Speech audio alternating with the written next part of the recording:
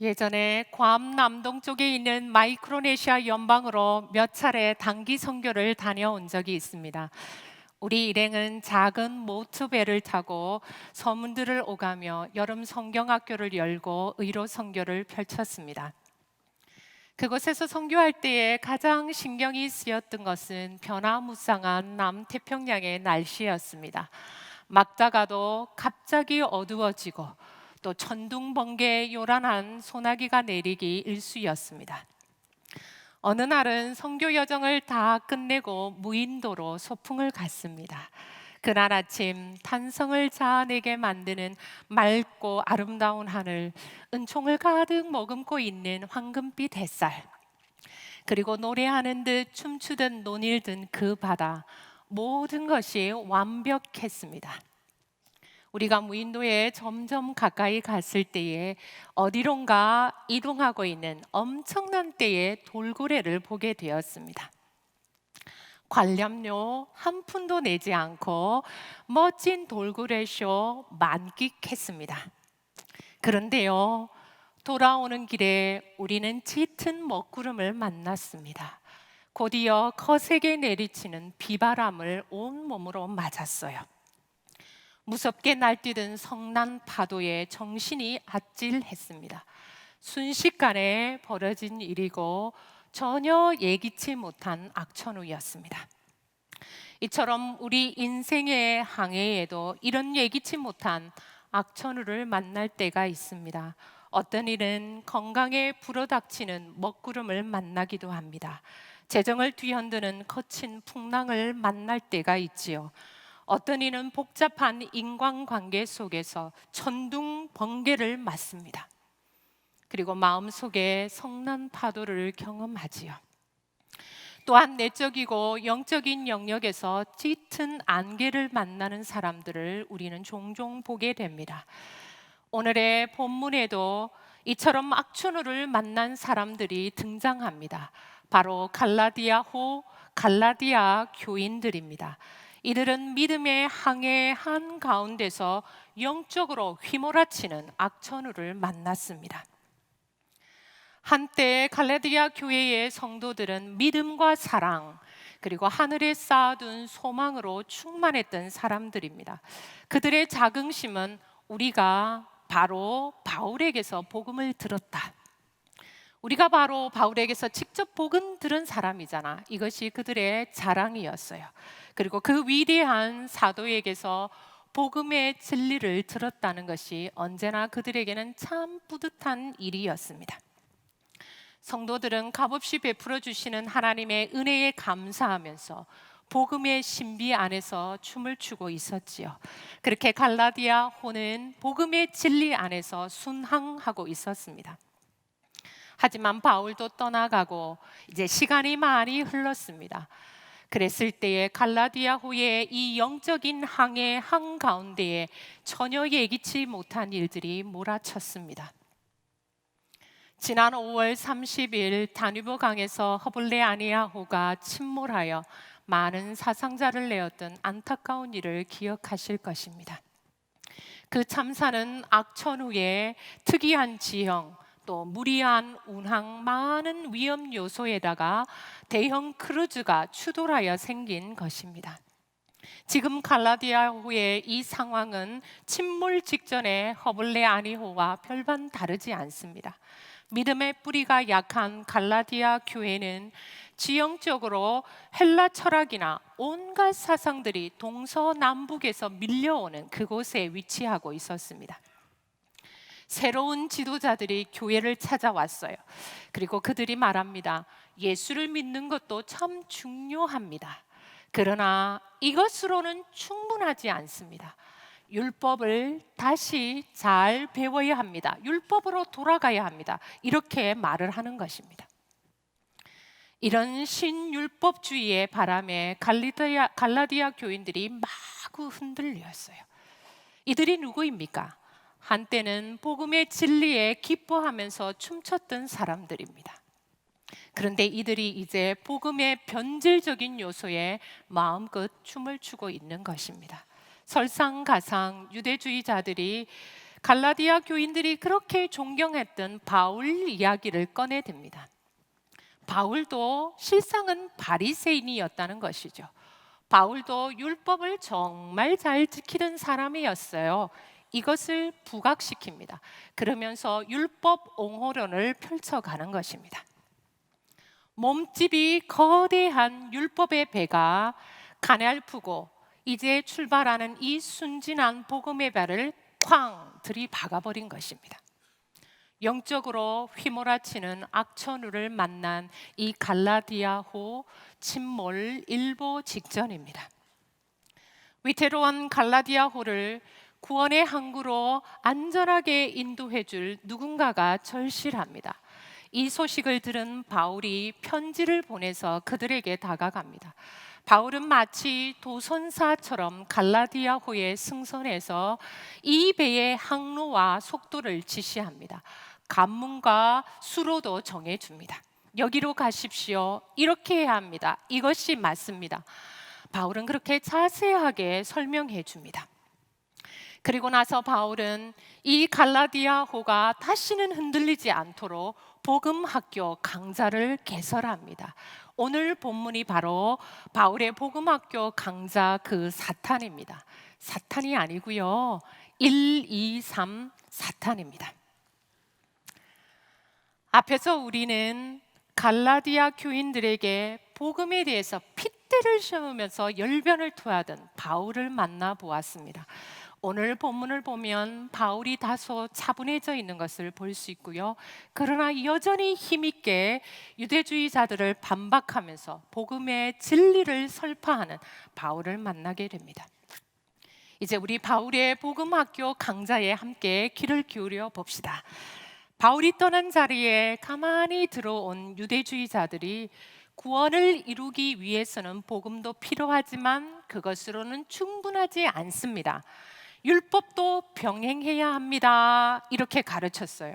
그런데 문제는 이 가르침에 갈라디아 교인들이 마구 흔들렸다는 거예요. 아마 이 공동체 안에는 이런 신율법주의를 필터링 해줄 수 있는 목자도 없었던 모양입니다. 바울은 복음을 알면서도 다시 율법 운운하는 이 사람들에게 그것은 고상한 수준으로 나아가는 것이 아니고 신앙의 퇴보입니다. 이렇게 해석을 해줍니다. 본문 9절에는 이것을 약하고 천박한 초등학문으로 돌아가는 것이다. 이렇게 말하지요.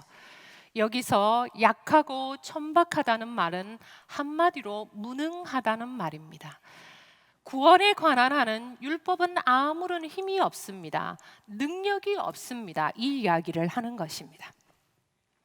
우리는 질이나 능력이 모두 높아지는 것을 두고 상향평준화라고 말합니다. 반대로 모든 수준이 떨어지면 하향평준화가 되는 것이죠. 지금 바울이 신율법주의의 바람을 타고 그것을 열심히 쫓고 있는 갈라디아 교인에게 그렇게 하는 것은 신앙의 진보가 아니고 신앙의 퇴보입니다. 그렇게 하는 것은 신앙 하향 평준화입니다. 이렇게 평가를 내리고 있는 것입니다. 복음도 좋지만 율법도 필요하다. 이렇게 주장하는 유대주의자들의 가르침을 마음껏 따르고 있는 갈라디아 교인들을 보면서 바울이 오늘 본문 11절에 그의 안타까운 마음들을 잘 드러냅니다. 내가 너희를 위하여 수고한 것이 헛될까 두려워하노라. 헛될까 두려워하노라. 갈라디아서를 읽다 보면 갈라디아 교인들에게 의문이 하나 생깁니다.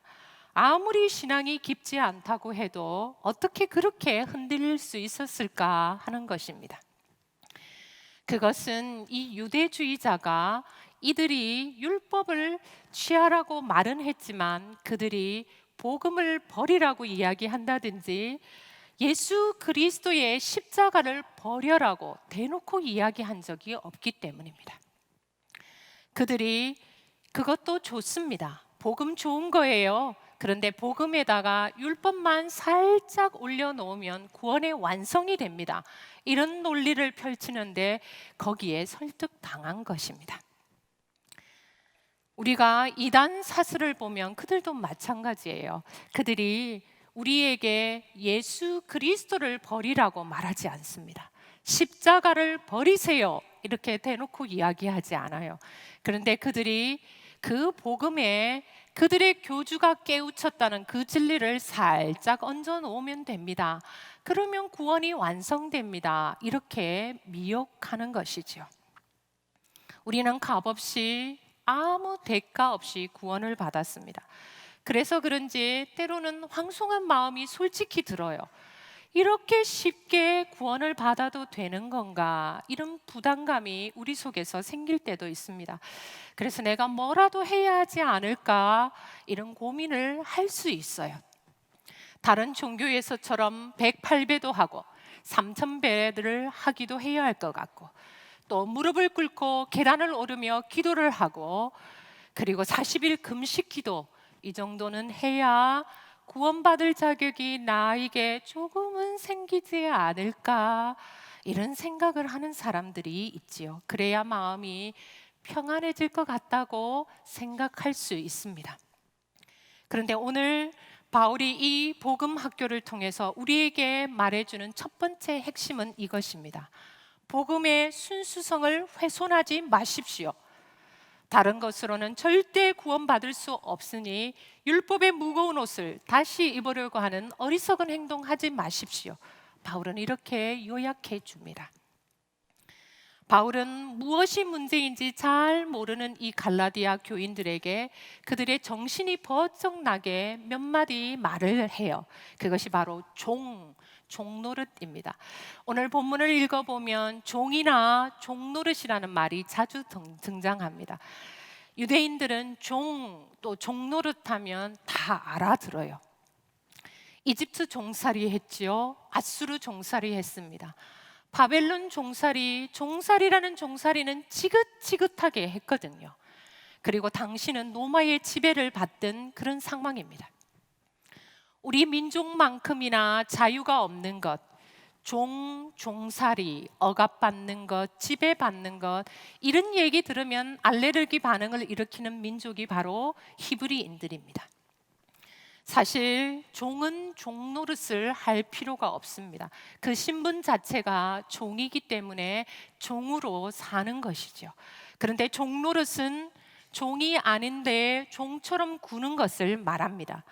유대주의자들이 복음에다가 율법을 살짝 얹으면 구원이 완성됩니다, 이렇게 가르쳤지만 바울은 그것을 어떻게 해석하느냐 하면 그것은 다시 종이 되고자 하는 것입니다. 그것은 율법에 매여서 평생 끌려다니며 종노릇이나 하는 것입니다. 이렇게 바울이 정의를 내려줍니다. 마이크로네시아 연방에서 선교를 할 때 여러 의사들을 만났습니다. 그 중에 한 사람이 잊혀지지 않습니다. 그는 대대로 믿는 믿음이 좋은 집안에서 자랐습니다. 바쁜 수련의 시절에도 주일을 성수했어요. 그리고 이후에는 찬양대에서 열심히 섬겼고 교회 학교에서 교사로 잘 섬겼어요. 그리고 해마다 오지를 찾아서 해외 단기 선교를 떠났습니다. 그런데 그렇게 완벽해 보이는 그에게 깊은 열등감이 하나 있었어요. 나는 믿음이 없다, 이런 자기 인식이 있었던 거예요. 그래서 그가 선택한 것이 해외 단기 선교, 해마다 휴가를 반납하고 의료 선교를 떠나는 것입니다. 나는 믿음이 부족해. 나는 믿음이 없어. 그래서 내가 이렇게 해마다 시간과 물질을 들여서 해외로 가서 오지로 가서 그렇게 선교를 해야 하나님께 봉사해야 해. 그래야 내가 마음이 좀 놓여, 이렇게 생각하고 있는 거예요. 사랑하는 성도 여러분, 여러분은 어떠십니까? 복음 안에 있으면서도 여전히 뭔가 무겁은 것을 해야만 이 구원을 받을 수 있을 것이라고 생각해 보신 적 없으신가요? 오늘 바울이 그런 사람들을 향하여 핵심 정리를 해줍니다. 율법은 결코 구원의 방편이 될 수 없습니다. 값없이 주시는 하나님의 구원의 은혜를 받고도 복음이 무엇인지 알고도 다시 율법 운운하는 것은 율법에 매여서 평생 종살이나 하겠다는 것입니다. 이렇게 요약합니다. 종이나 종노릇만큼 오늘 본문에 자주 등장하는 단어가 있는데요, 바로 아들입니다. 본문에 나오는 아들은 유업을 이을 자, 아버지의 재산을 상속받는 존귀한 아들을 뜻합니다. 구약에서 아들은 자식 그 이상을 의미했습니다. 사무엘상 1장에는 사무엘의 집안 이야기가 소개되어 있어요. 사무엘의 아버지 엘가나에게는 2명의 아내가 있었습니다. 한나와 브닌나입니다. 한나는 아들이 없었고 브닌나는 아들이 있었어요. 그래서 한나의 불임 사실을 알고 난 이 브닌나가 한나를 괴롭히고 한나를 경록해 만듭니다. 감히 어떻게 그렇게 할 수 있었을까요? 구약 시대에는 재산을 물려줄 때에 아내에게 물려주는 것이 아니라 그 아내가 낳은 아들에게 물려줍니다. 따라서 아들이 있는 여자는 상속을 받을 게 있는 거예요. 아들이 받은, 내가 낳은 아들이 받은 그 상속분을 같이 공유하게 됩니다. 하지만 아들이 없는 여자에게는 상속이 없습니다. 미래가 보장되지 않는 거예요. 브닌나가 한나 앞에서 그렇게 뻔뻔할 수 있었던 이유가 이것입니다. 나는 아들이 있어. 한나는 없지만 나는 아들이 있어. 이것이었죠. 오늘의 본문 1절과 2절에서 바울은 유산 상속과 관련해서 헬라의 후견인 제도를 언급합니다. 헬라 법에는 아버지가 자기가 죽을 경우를 대비해서 미성년자인 아들이 일정한 기간 동안 후견인 밑에 있도록 아들의 후견인을 정해둡니다. 아들이면 당연히 아버지의 재산을 상속받아야지요. 그런데 미성년자 아들은 그렇게 할 수가 없어요. 성인이 될 때까지 기다려야 합니다. 미성년자 아들은 아버지가 정한 그 후견인 밑에 그 영향력 아래에서 살아야 하는 것입니다. 유산을 받을 수 없다는 점에서 미성년자 아들도 종과 다름이 없습니다. 하지만 이 미성년자 아들이 성인이 되면 상황이 달라집니다. 그가 이제 다 자라게 되면 아버지의 재산을 고스란히 상속받고 재산권을 행사하게 됩니다. 바울은 이런 사회의 문화적인 특성들을 인용하면서 율법으로 돌아가고자 하는 것은 미성년자 아들이 후견인과 청지기 아래에서 그에 매여 있는 것과 동일합니다. 이런 이야기를 하는 것이죠. 아무런 재산을 상속받을 수 없는 거예요. 이런 이야기입니다. 하지만 예수 그리스도의 복음 안에 있으면 그는 마치 성년이 된 아들처럼 하나님이 주시는 그 상속을 받게 됩니다. 이 이야기를 하고 있는 것입니다. 복음 안에 있으면 하나님의 아들이기 때문에, 하나님의 딸이기 때문에 우리 하나님으로부터 유산을 상속받게 된다는 것입니다. 마지막으로 믿음의 항해 가운데서 마음껏 요동치고 있는 이 갈라디아 교인들이 다시는 흔들리지 않도록 바울이 복음의 진수를 가르쳐 줍니다. 오늘의 하이라이트, 복음 중에 복음은 바로 아빠, 아버지입니다. 아빠는 아람어로 아버지를 의미합니다. 우리말의 아빠와 동일한 발음, 동일한 의미를 가지고 있습니다. 탈무드에서는 아빠는 아기가 태어나서 처음으로 배우는 말이다 이렇게 기록해주고 있습니다. 구약 시대에는요, 이스라엘 백성들이 하나님을 아버지라고 불렀어요. 이사야서 63장 16절입니다. 주는 우리의 아버지시라. 주는 우리의 아버지시라. 예레미야 3장 19절에도 이렇게 기록되어 있습니다. 너희가 나를 나의 아버지라 하고. 우리가 성경을 보면 하나님을 아버지라고 부르는 기록들이 나옵니다. 그런데 이제 신약 시대로 넘어왔어요. 그리고 우리 예수님께서 하나님을 우리 아버지 이렇게 부르니까 유대인들이 매우 불경스럽다고 말했어요. 하나님은 아버지이고 우리는 하나님의 아들, 하나님의 딸입니다. 그런데 율법이 점점 강조되면서 하나님을 아버지라고 부를 수 없을 정도로 하나님과 사람 사이에 간격, 거리가 생겨버린 것입니다. 그럼에도 우리 예수님은 계속해서 하나님을 아버지라고 부릅니다. 그리고 십자가에 달리셨을 때 예수님은 하나님을 아빠, 아버지 이렇게 불렀어요.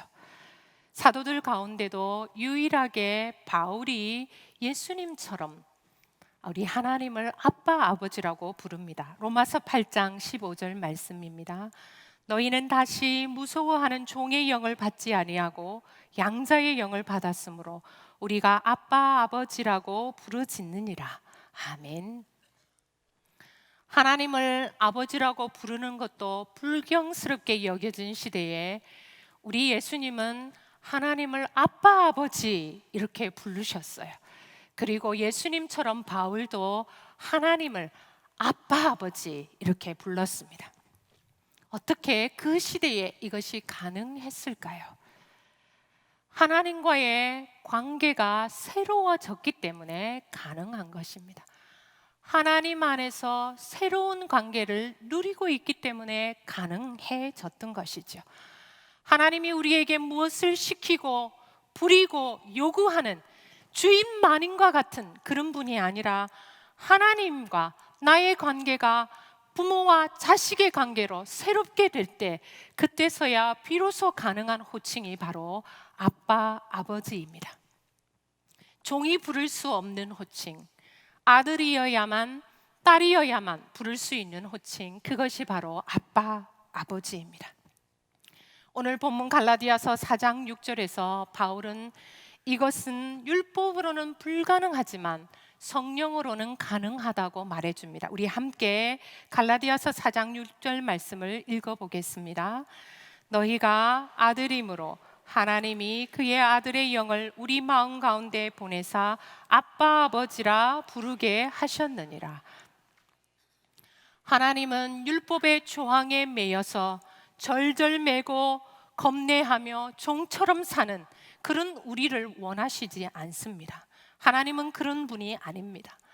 하나님은 우리가 하나님의 아들, 하나님의 딸이 되어서 하나님 속에서 친밀한 관계를 누리며 사는 것을 원하십니다. 하나님은 저와 여러분이 하나님을 아빠라고 부르는 것을 원하십니다.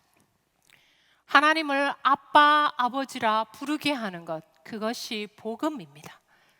아빠, 아버지 하나님, 이것은 율법에 속한 사람들이 결코 이해할 수 없는 용어이지요. 저의 선친은 철저하게 유교 교육을 받아서 뼛속까지 유교이고 유교의 이상인으로 살려고 했던 사람입니다. 아버지의 아버지도, 그 아버지의 아버지도 인으로 시작해서 인으로 마치려고 했습니다. 저의 아버지는 여러 가지를 하지 않으셨어요. 제가 기억하는 아버지, 말수가 적으셨고 감정을 잘 드러내지 않으셨습니다. 욕은 물론이거니와 부정적인 말, 남에 대해서 이야기하는 법이 없었습니다. 저는 그 아버지가 뛰는 것도 본 적이 없습니다. 이런 아버지를 어린 동생들은 정말 부담스러워했어요.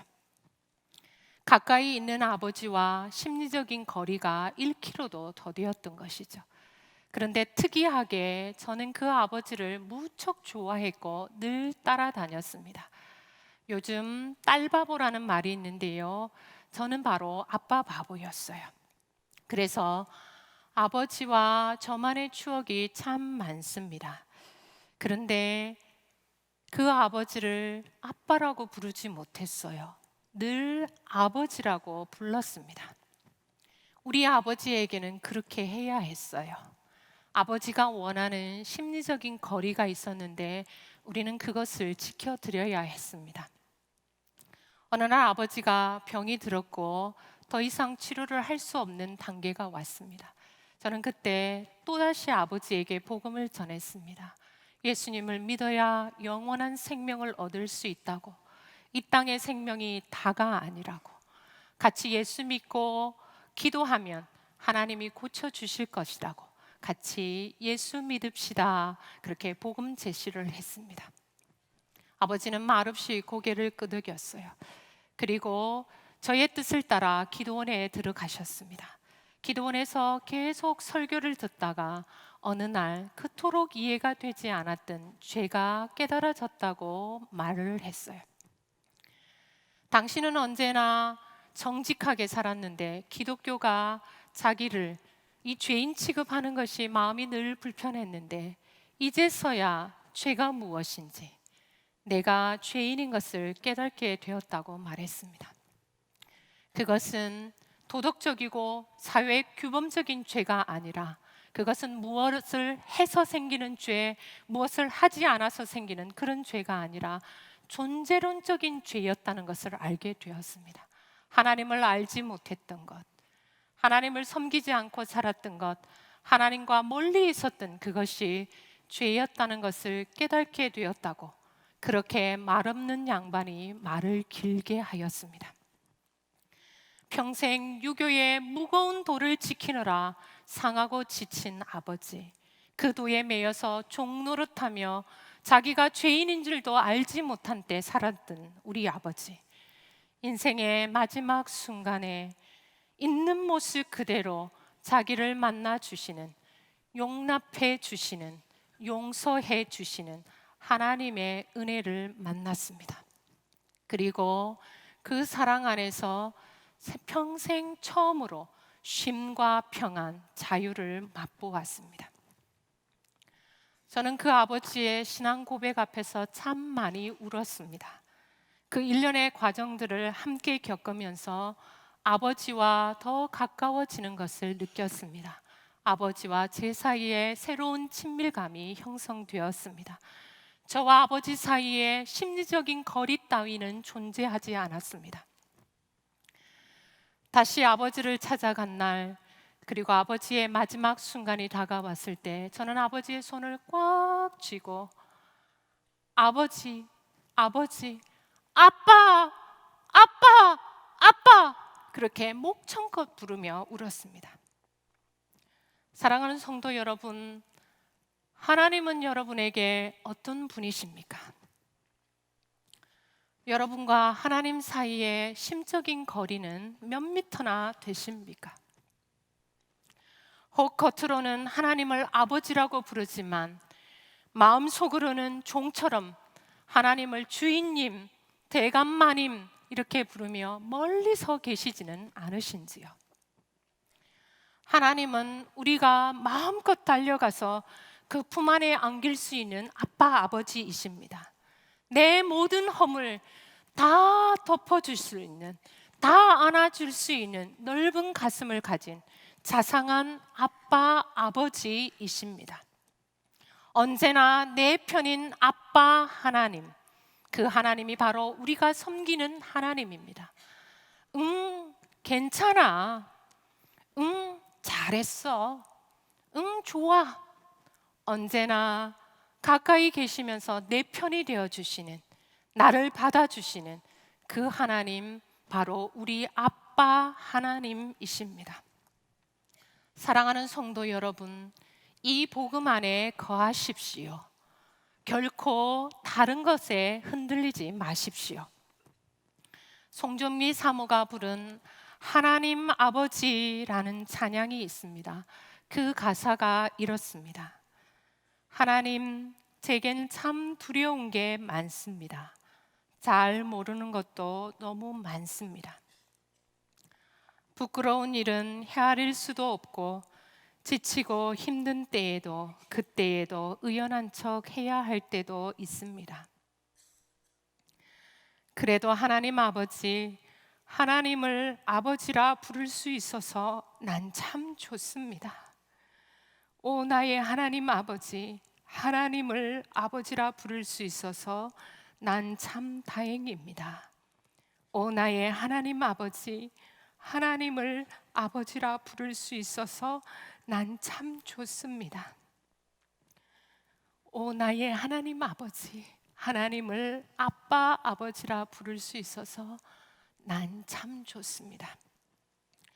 하나님을 아버지라 부르는 복음, 하나님을 아빠 아버지라 부르게 하는 이 복음을 사랑합니다. 함께 기도하겠습니다. 하나님 아버지, 죄에 매여 종노릇하던 우리를 버려두지 않으시고 택하셔서 존귀한 하나님의 자녀가 되게 하셔서 감사합니다. 이제 다시는 우리를 무겁게 하는 것들에 매여 살지 않기를 원하나이다. 아무리 세상이 우리를 시험하여도, 복음이 아닌 것들이 우리를 흔들어도 결단코 흔들리지 않도록 우리를 붙들어 주옵소서. 하나님께서 우리에게 주신 자녀됨의 신분, 새로운 정체성을 누리며 살게 하시고 그것이 우리의 감사와 찬양의 이유가 되게 하옵소서. 성령님, 우리에게 오시어 하나님을 아빠 아버지라 부르게 하시니 감사합니다. 이 영광, 이 기쁨, 이 자유를 소중히 여기며 누리고 나누겠습니다. 함께하여 주옵소서. 주 예수 그리스도의 이름으로 기도하옵나이다. 아멘. 이제 정성껏 준비한 예물을 봉헌하겠습니다.